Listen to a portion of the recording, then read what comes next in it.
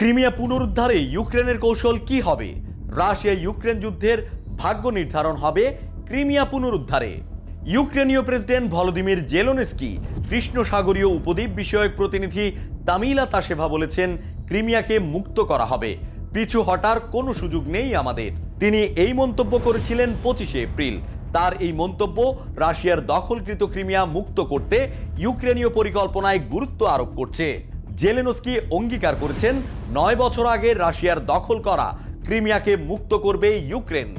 Zelensky ও তাকে ঘিরে থাকা ইউক্রেনীয় কর্মকর্তাদের এমন অঙ্গীকার ও মন্তব্যে দেশটির ক্রিমিয়া ফিরে পাওয়ার আশা দিন দিন বাড়ছে। রাশিয়ার 14 মাসের বেশি সময় ধরে চলমান আক্রমণের এই পর্যায়ে ইউক্রেনের সম্ভাব্য পাল্টা আক্রমণ নিয়ে আলোচনা জোরদার হচ্ছে। কবে শুরু হবে পাল্টা আক্রমণ?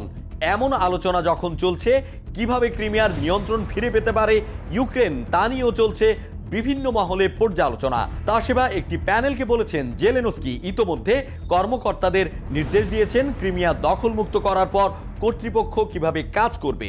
বসে নেই রাশিয়াও। রুশ সেনাবাহিনী আশঙ্কা করছে ক্রিমিয়া শিগগিরই রণক্ষেত্রে পরিণত হতে পারে।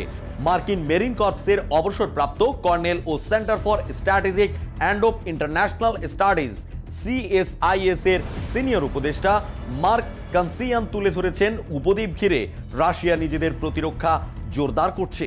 কানসিয়ান বলেছেন, ক্রিমিয়া পুনরুদ্ধার সম্ভব, কিন্তু যত দ্রুত আশা করা হচ্ছে তত দ্রুত হয়তো মুক্ত করা যাবে না। তার মতে, দখলকৃত ভূখণ্ড পুনরুদ্ধারে ইউক্রেন দীর্ঘ সময় নিয়ে সিরিজ আক্রমণ চালাতে পারে। দোনেস্কো, লুহেনাস্কো, খেরসন, জাপোরঝিয়া ও ক্রিমিয়াতে এসব সিরিজ হামলা চালানো হতে পারে। অবসরপ্রাপ্ত মার্কিন কর্নেল কানসিয়ান বলেন, পাল্টা আক্রমণ সীমাবদ্ধ থাকবে না, তারা আক্রমণ শুরু করবে, এটি মাস ধরে চলতে থাকবে, এরপর এটির ফলাফল আসতে শুরু করবে, তখন আসবে পুনর্গঠনের পর্যায় এবং পরের আক্রমণ শুরু করার সময়। সম্ভবত গ্রীষ্মের শেষ দিকে এমন অবস্থা দেখা দিতে পারে। স্পেনের গৃহযুদ্ধে এমন কৌশল 2.5 বছর ধরে বাস্তবায়ন হয়েছে। ওই সময় জয়ীরা সিরিজ আক্রমণ চালিয়েছে, প্রতিটি আক্রমণে তারা নতুন কিছু ভূখণ্ড পুনরুদ্ধার করে। সেন্টার ফর নিউ আমেরিকান সিকিউরিটির সিনিয়র ফেলো ও উপদেষ্টা স্যামুয়েল বেন্ডেট বলছেন, ক্রিমিয়া পুনরুদ্ধারে ইউক্রেনের যে কোনো সম্ভাব্য আক্রমণের সম্মুখভাগে থাকবে ড্রোন। তিনি বলেন, হামলার প্রথম ঢেউয়ে থাকবে ড্রোন। রুশরা এটা নিয়ে খুব উদ্বিগ্ন। এই ড্রোন হামলা হবে বড় আকারের। নিজেদের রক্ষা ও রক্ষার চেষ্টা করা ছাড়া রুশদের সামনে কোনো পথ খোলা থাকবে না। কয়েক মাস ধরে ক্রিমিয়ায় ড্রোন পাঠিয়ে রুশ আকাশ প্রতিরক্ষা ব্যবস্থার পরীক্ষা নিচ্ছে ইউক্রেন। ইউক্রেনীয় এজেন্ডায় ক্রিমিয়ার অবস্থান অনেক উচ্চ।